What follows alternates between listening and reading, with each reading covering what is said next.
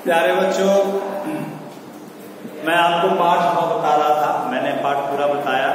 अब इसके बाद प्रश्नोत्तर हम सबको जानना है और लिखना है, तो हम आपके ग्रुप में लिखकर व्हाट्सएप में भेजेंगे। आप उसको समझकर लिखेंगे, पढ़कर लिखेंगे और ध्यानपूर्वक अभी सुनेंगे। तो अभी आप सुनेंगे, हम जो प्रश्नोत्तर बताएंगे और आप जो भेजे गए प्रश्नोत्तर को आप फिर देखकर समझकर लिखेंगे। तो हम समझते हैं फिर बहुत कम प्रयास में 1-2 बार पढ़ने के बाद फिर आपको आंसर याद हो जाएगा। बहुत बड़ा आंसर भी नहीं है।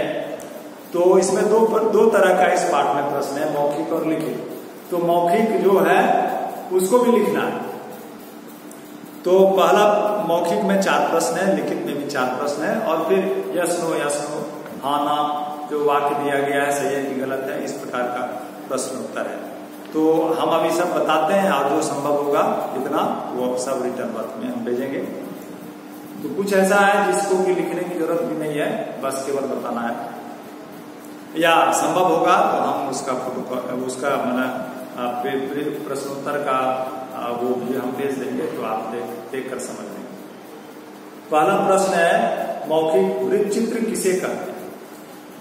तो वृत्तचित्र हम बताए थे कि किसी तथ्य पर, सबूत पर, प्रमाण पर आधारित किसी घटना या कार्य को दिखाने वाले चित्र, उसको हम कहते हैं वृत्तचित्र। फिर दूसरा है, भारत में बनी पहली तथ्यात्मक फिल्मों के नाम बताइए। तो भारत में सबसे पहले जो फिल्म बनी उसमें 3 नाम आता है। तथ्यात्मक फिल्म यानी डॉक्यूमेंट्री फिल्म, वृत्तचित्र, उसका नाम है लखनऊ। पहला है लखनऊ का इमामबाड़ा, दूसरा है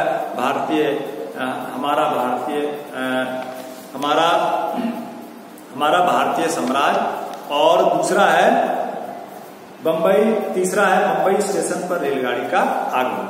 फिर इसके बाद है वृत्तचित्र के शुरुआती दौर में कैसे समाचार चित्र बनाए। तो वृत्तचित्र के शुरुआती दौर में जो जितने ऐतिहासिक महत्व के, सामाजिक राजनीतिक महत्व के विषय थे उस पर वृत्तचित्र बनाए। फिर प्रश्न है, पहले फिल्मों का संपादन कैसे किया जाता? तो पहले से इन फिल्मों का संपादन आज की तरह नहीं होता। आज जो चमत्कार जो कंपोजिशन फिल्मों का होता है और डायरेक्शन होता है, वो पहले ऐसा नहीं होता था। पहले क्या करते थे, फिल्म बनाने वाले जो फिल्म के कैमरे से जो छायांकन करते थे, फोटोग्राफी करते थे, जिस विषय पर वो बनाते थे उस विषय से संबंधित अनेक प्रकार का फिल्म खींच लेते थे, बना लेते थे और उसमें से जो सबसे खराब होता था उसको हटा देते और जो अच्छा चित्र होता था, फिल्म होता था, उसको एक क्रम से जोड़ देते थे। बस इतना ही संपादन करते थे पहले।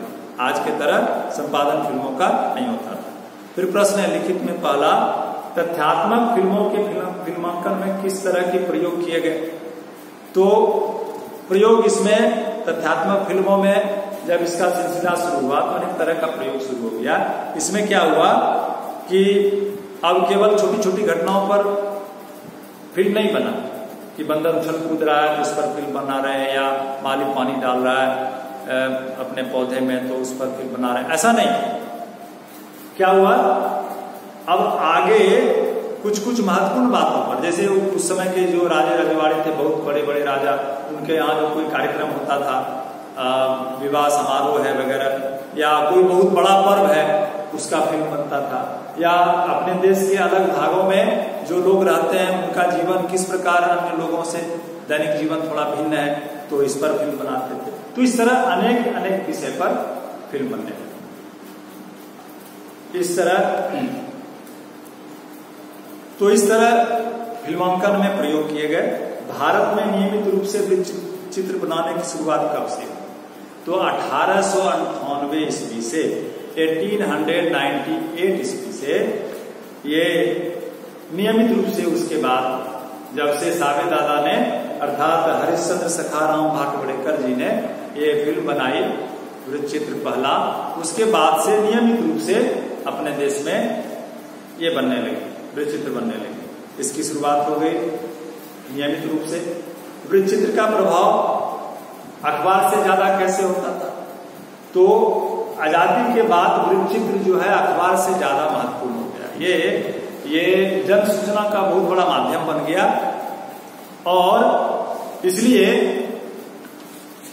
यह ज्यादा प्रभावी होता था, प्रभाव डालता था दर्शकों पर, क्योंकि अखबार क्या करता था, किसी घटना के विषय में लिखकर शब्दों से बताता था, लिखा हुआ होता था जिसको वो पढ़ते थे। तो जो लिखा हुआ है उसमें लिखने वाले की मानसिकता भी हो सकता है सही नहीं लिखा भी हो, उस पर तथ्यों का अभाव है, प्रामाणिकता का अभाव है। लेकिन जो चित्रों के माध्यम से बताया जा रहा है, जो वृत्त चित्र बता रहा है, जो समाचार चित्र बता रहा है, वह तो दर्शकों के सामने, उसके आंखों के सामने घट रहा है और दर्शक जान रहा है कि जो कुछ वह देख रहा है वो काल्पनिक नहीं है, वास्तविक है, इसलिए वह ज्यादा विश्वसनीय। इसलिए आजादी के बाद पत्रों से ज्यादा समाचार चित्रों, वृत्त चित्रों का अधिक प्रभाव। फिर प्रश्न है, वृत्त चित्रों के वितरण के लिए क्या नीति बनाई गई? तो ये नीति बनाई गई, फिल्म विभाग का गठन किया गया 1949 में, आजादी के 1 वर्ष के बाद। तो इनका मुख्य काम हो गया फिल्म का निर्माण करना, ऐसे फिल्मों को बनाना, फिर उसको संरक्षित करना, सुरक्षित रखना और फिर इसका वितरण करना, मतलब अपने देश के अलग अलग क्षेत्रों में, सिनेमा घरों में या अन्य नेटवर्क पर उसको दिखाने के लिए लोगों को भेज देना। और दूसरा, विदेशों में जो हमारा मंत्रालय है वहां इसको भेज देना ताकि विदेशों में प्रदर्शित किया जा सके। तो वृत्त चित्रों के लिए ये नीति बनाई गई, उसके वितरण का ये नियम बनाया गया। अब प्रश्न है कि हाँ या नहीं में उत्तर देना है। प्रश्न है, लुमियर बंधुओं की फिल्मों का प्रदर्शन 7 जुलाई 1896 से होने लगा। तो ये सही है। सावे दादा को लोग दादा फाल्के के नाम से याद करते थे, तो ये गलत है। उनको सावे दादा को लोग सावे दादा के नाम से याद करते थे, हरिश्चंद्र सखाराम भाटवड़ेकर जी को, फाल्के साहब को नहीं। फिर प्रश्न है, 1930 के दशक में फिल्मों में ध्वनि का आगमन हो चुका था, ये भी सही है। 1930 में क्वेटा में फिल्म जो बनाया गया भूकंप का, उसमें सबसे पहली बार अपने देश में आवाज जोड़ा गया, उस चित्र के साथ कमेंट्री भी लगा हुआ था। फिर प्रश्न है, विदेश मंत्रालय वृत्त चित्रों के निर्माण और वितरण का कार्य करता है? नहीं, ये गलत है, क्योंकि विदेश मंत्रालय ये काम नहीं करता, ये फिल्म विभाग का काम है, फिल्म डिवीजन का काम है। फिल्म प्रभाग ने अपनी स्थापना के पहले ही वर्ष में 97 फिल्मों का निर्माण किया, ये भी सही है। 1949 में इसका गठन हुआ, 1950 में होते होते लगभग 97 फिल्म को बना लिया गया, 5 भाषा में डबिंग भी हुआ। फिर प्रश्न है, वृत्त चित्र कथा फिल्मों की तरह काल्पनिक होते हैं? नहीं, ये गलत है। वृत्त चित्र काल्पनिक नहीं होते हैं। जैसे आजकल का जो फिल्म आप देखते हैं सिनेमा हॉल में, अन्य तरह का जो विशेषकर मनोरंजन के लिए बनाया जाता है, वो काल्पनिक होता है, उसमें प्रायोजित किया जाता है हर चीज, जो वास्तविक नहीं होता है, कहानी भी सच्चा नहीं होता है, काल्पनिक होता है। लेकिन वृत्त चित्र ऐसा नहीं होता है। वृत्त चित्र में हमेशा तथ्यों पर आधारित कोई चीज ही दिखाया जाता है, इसलिए वो वास्तविक होता है। इसलिए वृत्त चित्र कथा फिल्मों की तरह काल्पनिक होते हैं, ये गलत है।